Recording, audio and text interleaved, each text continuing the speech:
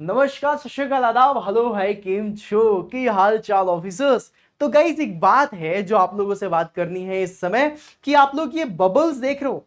आप लोगों ने कभी सोचा है कि ये बबल्स हमेशा स्फेरिकल शेप के क्यों होते हैं? ये कभी भी रेक्टेंगुलर शेप के या फिर क्यूबिकल शेप के क्यों नहीं होते? जी हाँ, आपको आंसर पता है, that is concept of surface tension, right. आप लोगों ने कभी ये सोचा है कि हम पानी में जब जय गंगा मैया बोल करके डुबकी लगाते हैं तो पानी में हम तो डूब जाते हैं, लेकिन वहीं पर ही कोई मकड़ी या फिर कोई मच्छर पानी में डूबता नहीं है, ऐसा क्यों? कोई चींटी पानी में डूबती नहीं है, ऐसा क्यों?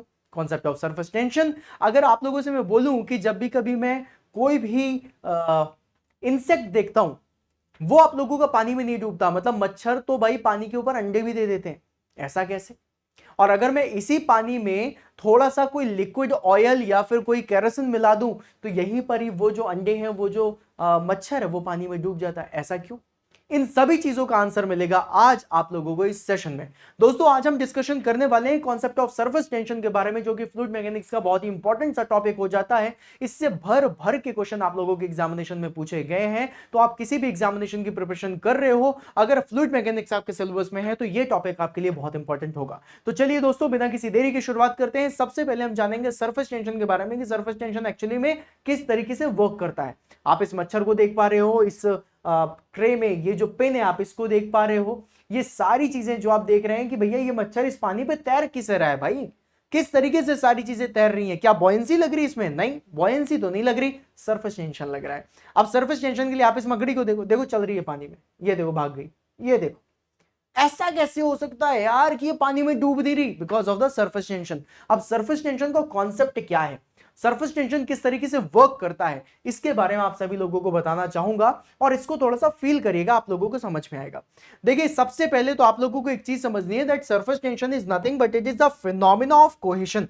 मतलब आप लोगों ने कैपिलैरिटी पढ़ा होगा, वहां पे भी आप लोगों ने कोहेशन और एडिशन का कॉन्सेप्ट पढ़ा है, और यहां पे आप लोग एक चीज याद रखिएगा, that this surface tension is the phenomena of cohesion.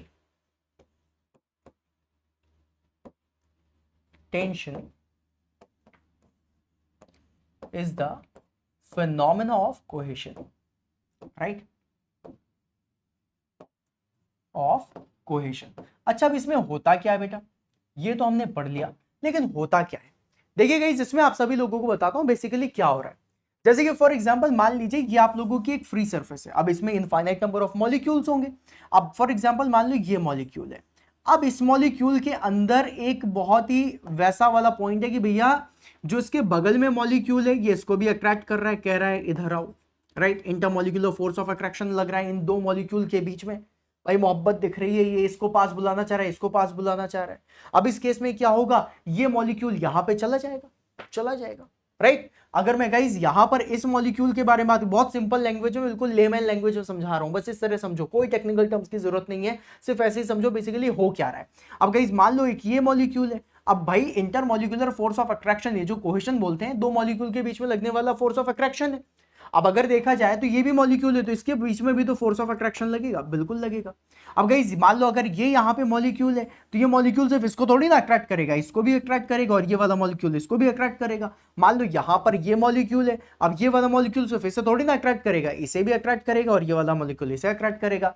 अब जैसे फॉर एग्जाम्पल मान लो मैं हूं, राइट, अब मैं एक मॉलिक्यूल हूं, मेरे बगल में जो मॉलिक्यूल है मैं उसे भी अट्रैक्ट कर रहा हूं, मैं इधर जाना चाहूंगा, लेकिन जो मेरे इस बगल वाला मॉलिक्यूल है वो कहेगा अरे कहां चले, तुम इधर आओ, राइट। अब तुम सिर्फ एक मॉलिक्यूल की कहानी सोचो, एक मॉलिक्यूल उसको भी नहीं छोड़ना चाह रहा, एक मॉलिक्यूल उसको भी नहीं छोड़ना चाह रहा। अब ये मॉलिक्यूल्स आपस में एक दूसरे को इंटरमॉलिक्यूलर फोर्स ऑफ अट्रैक्शन से खींच रहे हैं एक दूसरे की तरफ। अब जैसे मैं मॉलिक्यूल हूं और मैं दोनों मॉलिक्यूल को अपनी तरफ खींचने की कोशिश कर रहा हूं, और वो दोनों मॉलिक्यूल मुझे अपनी तरफ खींचने की कोशिश कर रहे हैं। अब इसकी वजह से क्या होगा, मेरे हाथ बिल्कुल सीधे रहेंगे। अब मेरे हाथों में क्या फील होगा, टेंशन फील होगा। क्यों? ये वाला मॉलिक्यूल मुझे इधर खींच रहा है, ये वाला मॉलिक्यूल मुझे इधर खींच रहा है। अब मैं ना इधर जा पा रहा हूं, ना इधर जा पा रहा हूं, ना इधर जा पा रहा हूं, ना इधर जा पा रहा हूं, मतलब मैं इसी जगह पे टिका हुआ हूं। This is known as tension. और ये टेंशन बेसिकली आपको कहां फील होगा, सरफेस ऑफ वाटर पे। तो जब भी कभी आपको फ्री सरफेस ऑफ वाटर पे ये टेंशन फील होता है, इसी टेंशन को ही हम लोग क्या बोलते हैं बेटा, सरफेस टेंशन बोलते हैं, राइट। इसी टेंशन को हम लोग सरफेस टेंशन बोलते हैं। डिनोट किससे किया जाता है, सिग्मा से, राइट। स्ट्रेंथ ऑफ मटेरियल में सिग्मा मतलब स्ट्रेस होता है, और यहां पर फ्लूइड मैकेनिक्स में सिग्मा मतलब सरफेस टेंशन होता है। इसकी भी सारी कहानी बताऊंगा, है ना। अब ये बेसिकली जब भी कभी आप लोग देखोगे तो आपको पता चलेगा कि ये मॉलिक्यूल्स आपस में स्ट्रेस्ड हैं, इंटरमॉलिक्यूलर फोर्स ऑफ अट्रैक्शन लगने की वजह से सब पास पास में नहीं आ गए, सब खिंच रहे हैं। और खासकर जो खिंच रहा है वो किस में खिंच रहा है, इसकी फ्री सरफेस पे, और इसी को ही हम लोग सरफेस टेंशन बोलते हैं। अब देखो सरफेस टेंशन की वजह से इतना खिंचा हुआ है, राइट, कि ये भाई साहब उसमें चल रहे हैं। अब तुम सोचो ना, ये मेरा हाथ है ना, इसी तरीके से खिंचा हुआ है, इसके सारे मॉलिक्यूल्स ऐसे खिंचे हुए हैं।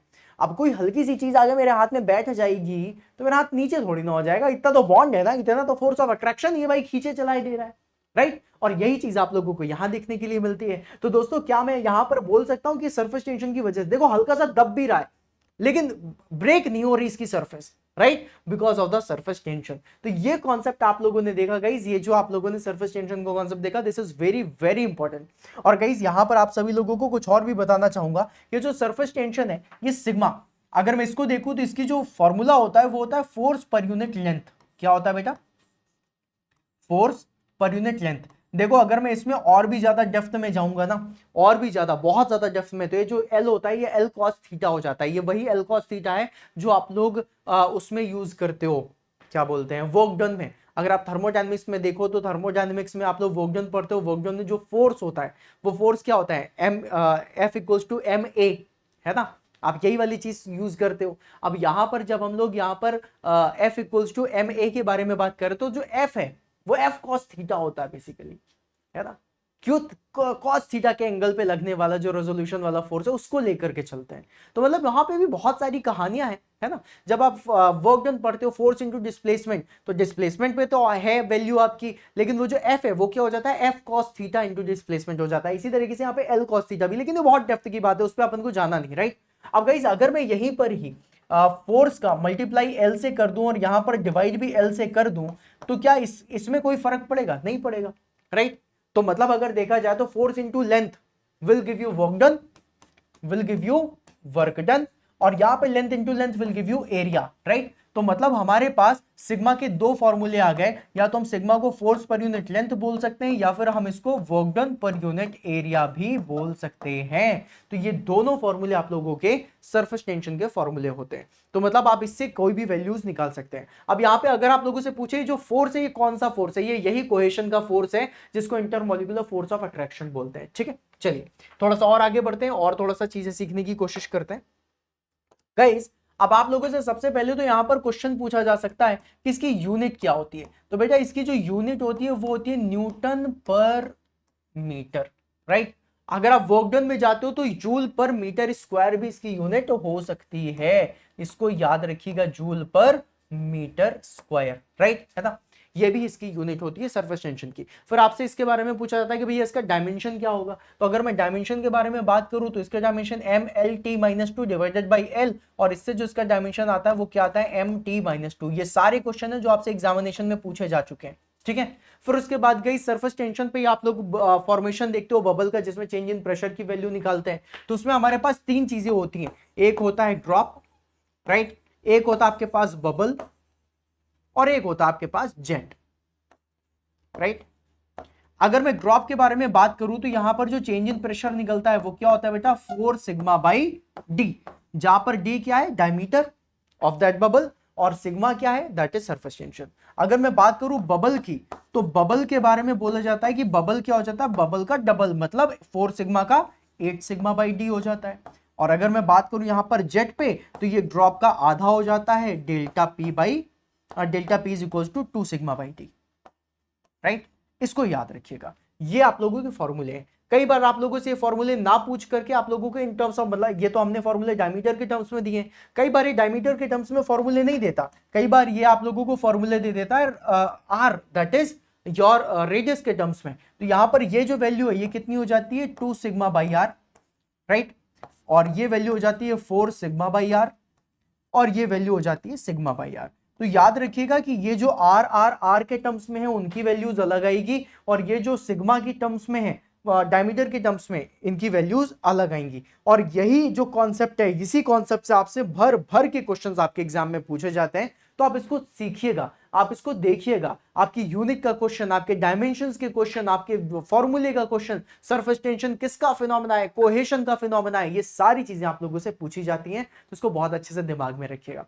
और दोस्तों आई बिलीव कि आप लोगों से आप सरफेस टेंशन का कॉन्सेप्ट कभी भी गलत नहीं होगा, because this is very important. और साथ में आप लोगों को बता दूं, फ्लूइड मैकेनिक्स का ये तो एक बहुत छोटा सा टॉपिक है, आप लोगों को गाइस पूरी की पूरी मैकेनिकल इंजीनियरिंग इसी लेवल पे तैयार करनी पड़ेगी जहां पर आप लोगों से कोई भी क्वेश्चन पूछा जाए और आप उसके बारे में बोलते चले जाओ, बोलते चले जाओ, बोलते चले जाओ, और इसी तरीके से आप अपनी तैयारी को बेहतर से बेहतरीन कर सकते हो। और गाइस ऐसी तैयारी अगर आप करना चाहते हो और किसी भी एग्जाम को कैटर कर रहे हो, तो उसके लिए भी आप लोगों के लिए सुविधाएं रखी गई हैं। एग्जाम ऑन एप्लीकेशन पे आप लोगों को बहुत सारे बैचेस मिलेंगे, उसमें से जो one of the most recommended batch है उन सारे स्टूडेंट्स के लिए जो सारे एग्जामिनेशन की तैयारी कर रहे हैं, वो है पोटेंशियल बैच, राइट। अब ये जब हम पोटेंशियल बैच के बारे में बात करते हैं, यहां पर पोटेंशियल प्रो भी है और पोटेंशियल प्लस भी है। इस बैच में आप लोगों को जेई एग्जामिनेशन से रिलेटेड जितने भी एग्जाम है, सारे के सारे एग्जामिनेशंस कवर कराए जाते हैं। अब इसी बैच में अगर आप हैं तो आपको चैंपियन बैच या फाइनल पंच बैच लेने की जरूरत नहीं है। इसी बैच में आपको डीडीए जेई की भी क्लासेस मिल जाएंगी। इसी बैच में आप लोगों को डीडीए जेई के साथ D triple S B JE की भी क्लासेस मिल जाएंगी। इसी में ही आपको एसएससी जेई की क्लासेस मिल जाएंगी। इसी बैच में आपको आरआरबी जेई की क्लासेस मिल जाएंगी। तो सोचो एक ही बैच जिसमें आपको सारी क्लासेस अवेलेबल है, जो पढ़ने का मन कर रहा है, जितना पढ़ने का मन कर रहा है उतना आप पढ़ सकते हो। इसमें आपको रिकॉर्डिंग्स भी मिलेंगी, इसमें आपको लाइव सेशंस भी मिलेंगे, और ये बैच आप लोगों के लिए अवेलेबल है 2 साल के लिए। तो दोस्तों अगर तुम लोग तैयारी बढ़िया लेवल पे करना चाहते हो और बढ़िया तरीके से तैयारी करना चाहते हो, then this batch is best for you. You can go and enroll in this batch, and I believe and I can make you believe कि तुमने सही डिसीजन लिया है। इस बैच को एनरोल करने के लिए आप लोग एप्लीकेशन डाउनलोड कर लीजिएगा। ये एप्लीकेशन है और इस एप्लीकेशन का नाम है एग्जाम ऑन एजुकेशन। इस एग्जाम ऑन एजुकेशन में आप लोगों को फ्री कंटेंट भी बहुत सारा मिलेगा। आप क्विज़ेस भी लगा सकते हैं, फ्री स्टडी मटेरियल भी देख सकते हैं, वाईटी की जो पीडीएफ्स हैं वो भी डाउनलोड कर सकते हैं, और साथ में आप अपने बैचेस में भी इनरोल कर सकते हैं। और यहां पर आप जबरदस्त लेवल पे तैयारी करोगे। और ये आपको जो बैचेस हैं सिर्फ आपको एप्लीकेशन में नहीं, वेबसाइट में भी आप जाकर के देख सकते हो, लैपटॉप में भी आप सेशन देख सकते हो। मतलब आप लोगों के लिए सारी सुविधाएं रखी, आप पीडीएफ्स भी डाउनलोड करो, सब कुछ जो कुछ आप चाहते हो वो सारी चीजें आपको इस एप्लीकेशन में मिल जाएंगी। साथ में अगर आप मुझसे कोई भी डाउट पूछना चाहते हो या फिर पर्सनल लेवल पे कनेक्ट होना चाहते हो, तो आप यहां पर जो चैट ऑप्शन है, इस चैट ऑप्शन में जाकर के भी आप मुझे डायरेक्ट मैसेज कर सकते हो। तो ये सारी चीजें आप लोगों को मिल जाएंगी एग्जाम ऑन एजुकेशन में। तो अभी तक एक्सप्लोर नहीं किया है तो मेरे दोस्त किस चीज का कर रहे हो इंतजार, जाओ एक बार जा करके इसको एक्सप्लोर करो, बैचेस को एक्सप्लोर करो एंड तैयारी करना शुरू कर दो। और घबराओ मत, हमें ना सिलेक्शन तो लेके ही रहेंगे। तो गाइस इसी के साथ मिलते हैं फिर अपन नेक्स्ट सेशन में, तब तक के लिए बाय बाय।